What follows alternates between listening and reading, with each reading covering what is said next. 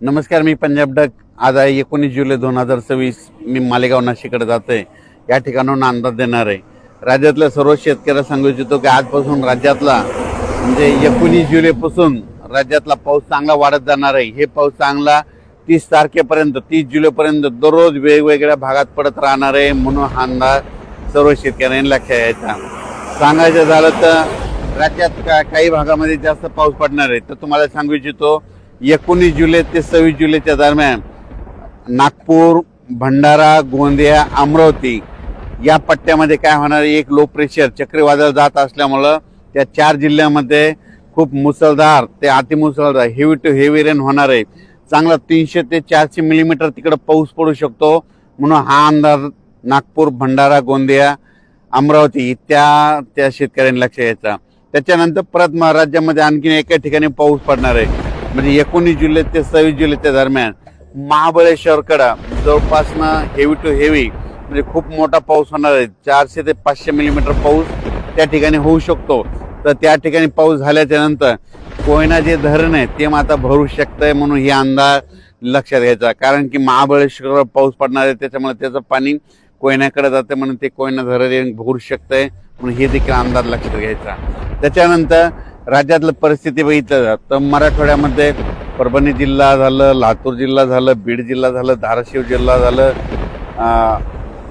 जालना जिल्हा, संभाजीनगर या काल देखील आज देखील पाऊस पडला. आणि आणखीन जवळपास 30 तारखेपर्यंत असा दररोज वेगवेगळ्या भागात काही ठिकाणी जोराचा पाऊस पडणार, कुठं रिमझिम पडणार, कुठं पेंडॉलचा पडणार. म्हणून मराठवाड्यातल्या शेतकऱ्यांना अंदाज लक्षात यायचा.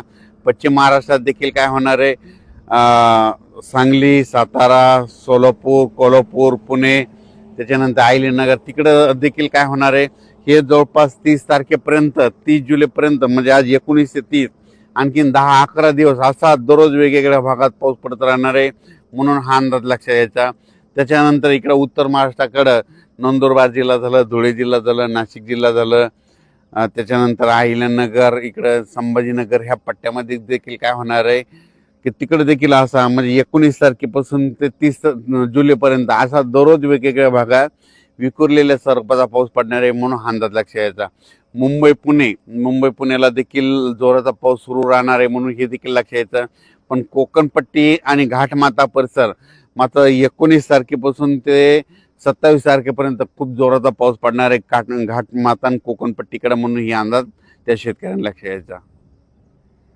तसेच नांदेड जिल्हा, हिंगोली जिल्हा, परभणी जिल्ह्यातला काही भाग तिथं, त्याच्यानंतर धाराशिव, लातूर त्या आणि बीड जिल्ह्यात जे भाग वंचित राहिला आहे त्या ह्या 5-6 दिवसामध्ये ज्या भागात पाऊस नाही पडलेला तिथं मग पडून जाईल आणि त्या भागातील शेतकऱ्याची पेरणी होणार आहे. म्हणून हा अंदाज सर्व शेतकऱ्यांना लक्षात यायचा. सांगायचं झालं तर राज्यात जवळपास आणखीन 30 तारखेपर्यंत 30 जुलैपर्यंत दररोज वेगवेगळ्या भागात पाऊस पडत राहणार आहे. म्हणून हा अंदाज लक्षात यायचा. पण राज्यात मात्र 19 जुलै ते 26 जुलै त्यानंतर इकडं नागपूर, भंडारा, गोंदिया, अमरावती त्या परिसरामध्ये त्या 4 जिल्ह्यामध्ये काही ठिकाणी अतिमुसळधार पाऊस होणार आहे. म्हणून हा अंदाज त्या शेतकऱ्यांनी लक्षात यायचा. आणि इकडं महाबळेश्वरकडे एक देखील खूप मोठा पाऊस पडणार आहे. त्याच्यानंतर कोकणपट्टी घाटमाळ्यात देखील पाऊस चांगला पडणार आहे. म्हणून त्या शेतकऱ्यांनी देखील अंदाज लक्षात यायचा. तसेच जळगाव, धुळे, नंदुरबार